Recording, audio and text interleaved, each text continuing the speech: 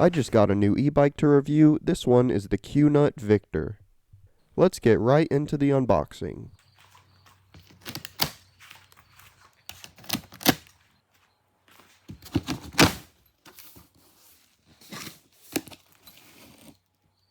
We got the seat,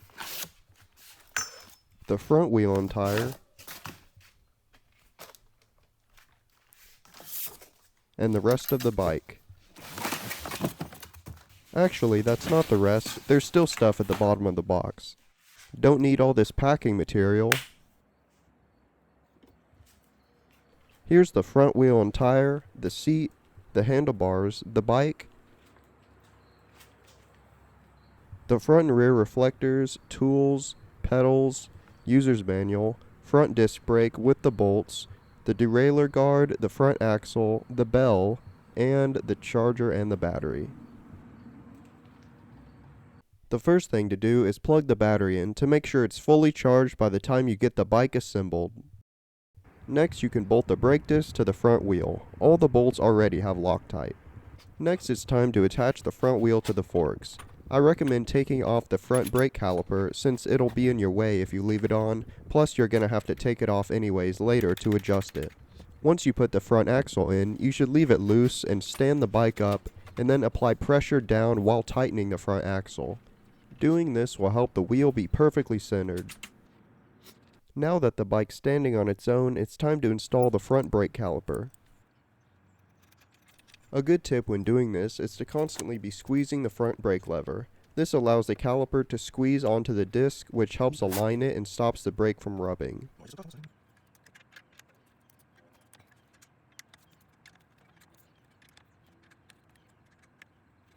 Now to install the stem and the handlebars.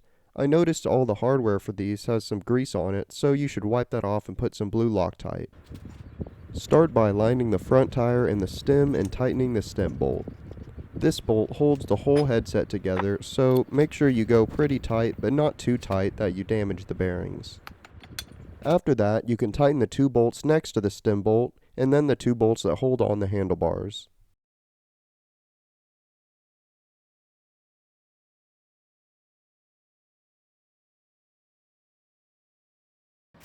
Now it's time for the derailleur guard, the seat, and the right pedal.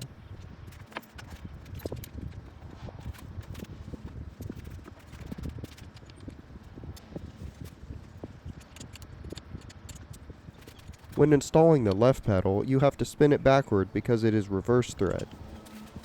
That's all the big stuff out of the way. Now we just have the screen, the front reflector, the bell, and the rear reflector. And just like that, the bike's ready to go. After my first ride on the bike, I'm actually surprised at how quick it is. It says it only has 350 watts, so I thought it would be pretty slow, but it actually gets up and goes pretty good.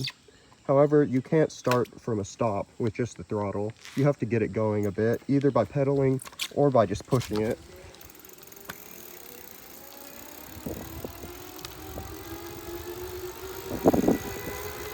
The speedometer was also super accurate. I didn't have to adjust anything.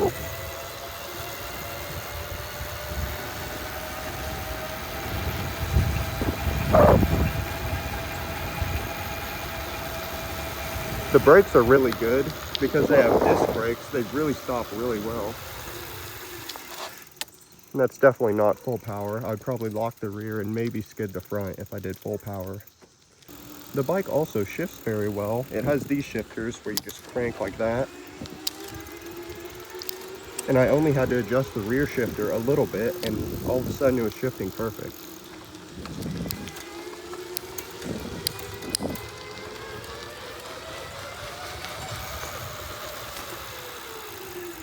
I should also mention that the bike has pedal assist, so as long as you're moving your legs, the bike will be going. You don't have to constantly be hitting the throttle.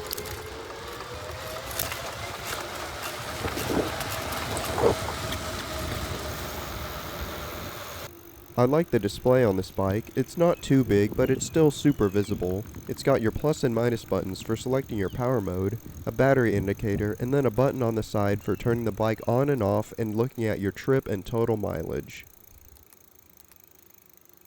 Another feature that I like is that it can still track your speed even when you're not on the throttle or pedaling, which is something that this bike can do that the other bike I reviewed could not.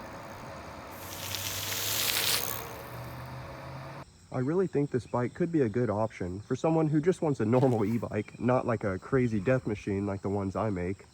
I'm obviously too tall for this bike, as you can see by the seat, but if you're a smaller, lighter person who is a bit shorter than me, this bike would be so fun to just cruise around all day on.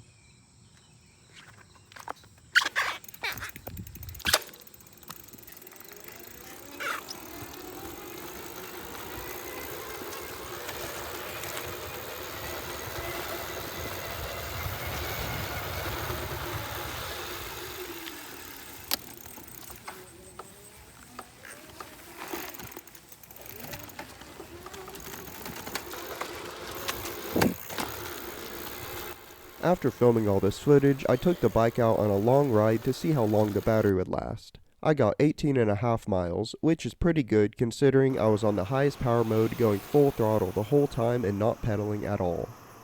If you're interested in buying one of these bikes, I've got a discount code in the pinned comment and description that'll get you $50 off. Anyways, that's it for this video. Thanks for watching.